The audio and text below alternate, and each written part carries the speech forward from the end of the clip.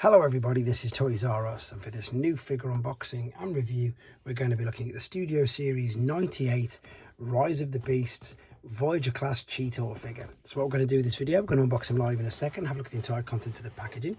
We'll have a detailed look at him in both of his modes to help you decide how you want to display him.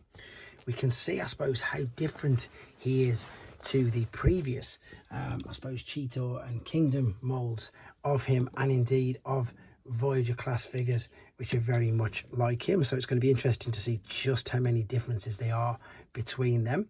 Is he going to stand? Yep.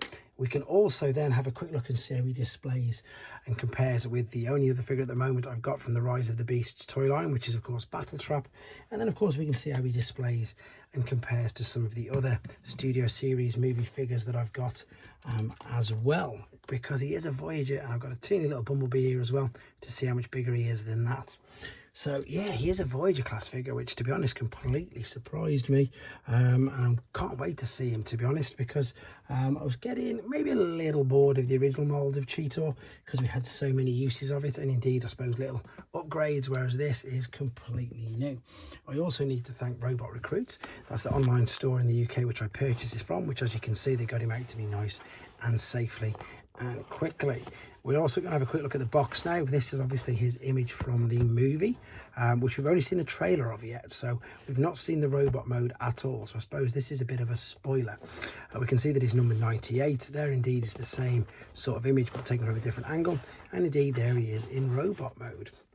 Right, let's crack this guy open then and have a look at him. So not long now for the movie. These sort of figures indeed are showing up everywhere, and these are what's known as the Studio Series, as it says on the box. So for those of you who are unaware, this is, I suppose it's like a special version, whereas the mainline figures are coming out soon as well. This is not what's known as classed as a mainline figure, it's classed as a Studio Series, so it will be more detailed, it will probably be a bit more articulate, and indeed a little bit more intricate with its transformation as well. There's its instructions. We've got the backdrop there, but we've got the real backdrop in here, which is what I'm just struggling with to take out of the packet.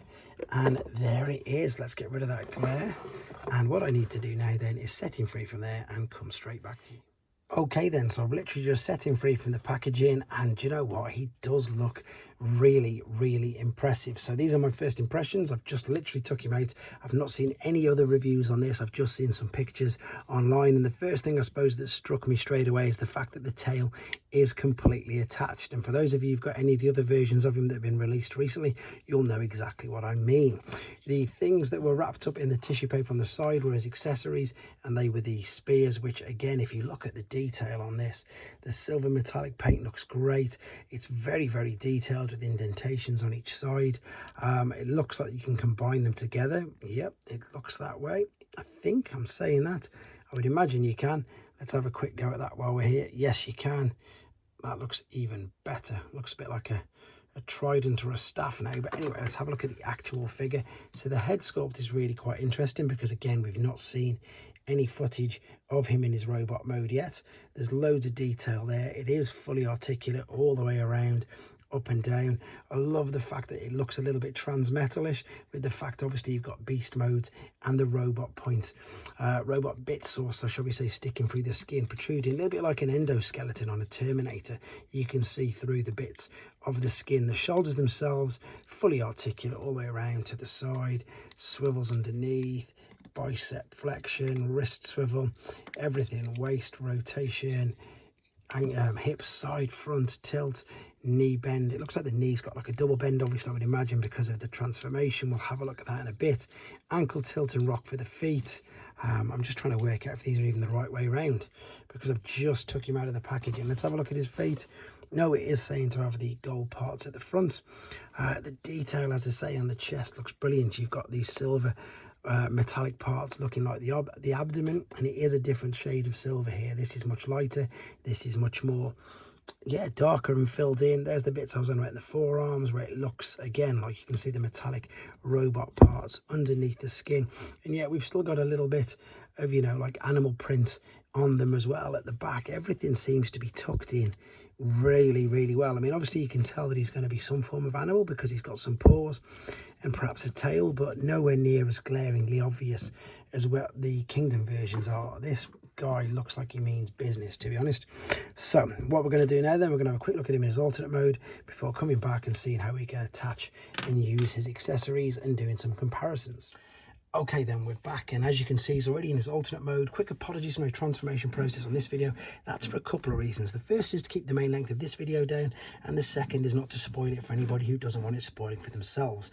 I know some people really like and appreciate doing that first transformation for themselves, so I didn't want to spoil it for you. However, if you do want to see it, I've uploaded a tutorial video to help you out as well. And the first thing that I want to say about this guy is he looks amazing. He is so detailed. We'll have a look at that in a second, but I also want to get across how big he is. He's 100% a Voyager class figure, and I know that sounds a bit silly, but here is one of the Kingdom ones that we've had of the normal cheetor mold, which is of course deluxe, and as you can see, you know, he's pretty much a full tail's length longer. But the main thing is it's the girth of it. It's how much more meaty it is. It's much thicker, much more everything, to be honest. It's exactly what you want, what you're paying for. You're paying for a premium sort of toy with it being Studio Series, and it is exactly that.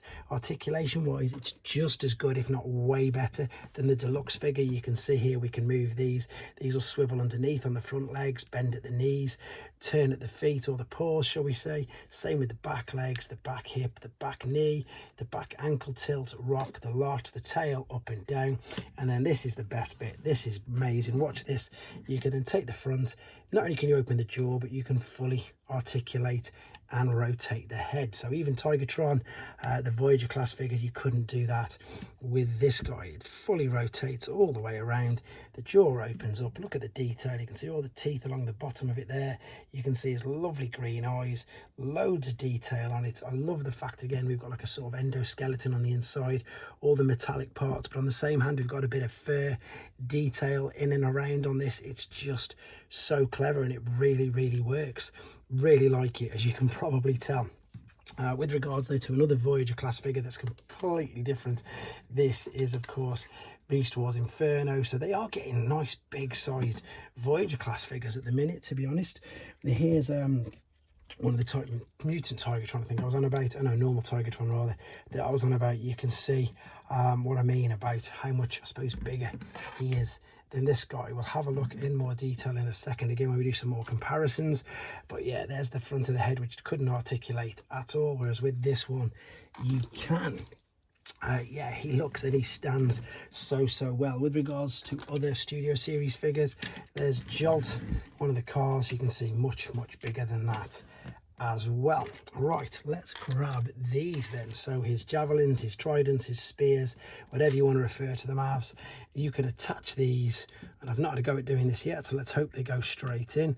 How's it got on the picture? It's got them facing backwards in honesty. It's got them facing backwards like so it looks like he's storing them up for later. There you go. You can pop them on the back. I don't know if I like that or not, to be honest. It's okay. I suppose they're just there ready where you can store them. It doesn't really need them. It's not as if it's covering anything up. As I say, the tail is completely attached. It isn't something you're attaching to it later on. And there's no real parts forming with it. I suppose if you wanted to, you could put some blast effects on the end of this, but otherwise, or indeed maybe attach some other weapons. Can you? I don't think, or maybe that's, no, it's not. That's Shrapnel's gun from Legacy Evolution, but I don't think it needs it. I think I'm just going to finish this segment off with, again, just giving you a quick once over of how good this looks. Right, then we're going to come back for the final time. In fact, I know one more thing before we do that. Let's see how he poses in his jungle setting. Yeah, that looks good. It does. This one's actually one of the better looking ones for the backdrops, to be honest. He just about fits on though, so that's a bit of a pain. You see that you can lift the tail up as well. Yeah, I suppose, again, I never use the backdrops, to be honest, but you could use that. Okay, we're going to come back for the final time with some more comparisons and see how he displays and uses his accessories. Okay, then back for the final time with him in his robot mode, and this is because that is how I'm going to be displaying him, and we need to have a look how we can use and display with his accessories. So obviously on the back we've got the back of the cheetor, so it's up to yourself. If you didn't want them in his hands or on display, you could of course just attach these to the back, and I suppose that they're kept sort of out of the way. I wonder if you can see the sort of tops, yeah, a little bit like Bruticus maybe with them at the back, but you can store them away quite neatly, or you could of course turn them around. This will give him a completely different look, to be honest. Let's have a look how he looks with these. The one thing I've noticed on this, and again it doesn't really make much difference, is that there's not really many 5mm pegs, but this is a Studio Series figure and that's not the sort of thing that they're going for. Whereas with the mainline Evolution figures, there's loads of 5mm holes where you can attach loads of bits to him. Now that doesn't look very good at all.